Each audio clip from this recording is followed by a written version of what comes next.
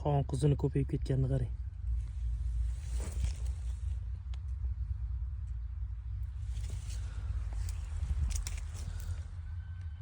Bitta, ikkita, uchta, to'rtta shu joy o'zida.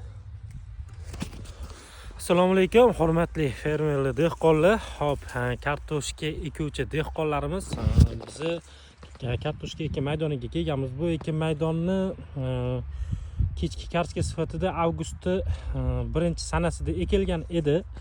Xudo xolisa bu ekin maydonida biz biopreparatlardan foydalangandik.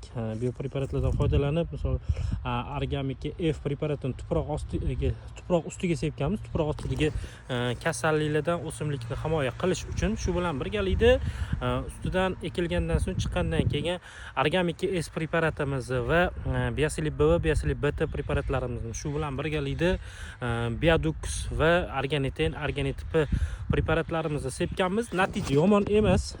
Bugun 29-oktyabr, kartoshka уже pishgan. Shu bilan birgalikda hali palaylari ko'm-ko'k, yam-yashil bo'lib turibdi, zo'r bo'lib turibdi.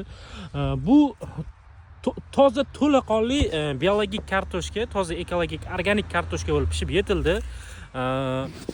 Bu ekin maydonida hozir kuzatishimiz bo'yicha xon qizi juda ko'payib ketyapti.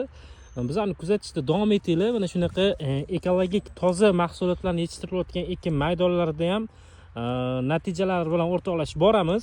Xo'p, hozir kartoshkani hosilini ham ko'rsatamiz. Xudo xolisi yomon emas. Mana tuproq ustida semirib qaynashlarini ko'rsanglar ham bo'ladi. Qizil kartoshka ekan, ranglari ham tiniq, juda chiroyli. Tez orada bu kartoshkalarni ham kovlaymiz. Xudo xolisi kovlash jarayonlarini ham xudo xolisi yoritib boramiz. Tonnalarni hisob-kitoblarini ham e'tiboringizga havola qilamiz. Bizlarni kuzatishda davom etinglar. Tez orada kartoshka kovlash jarayonlarini ham ko'rsatib boramiz.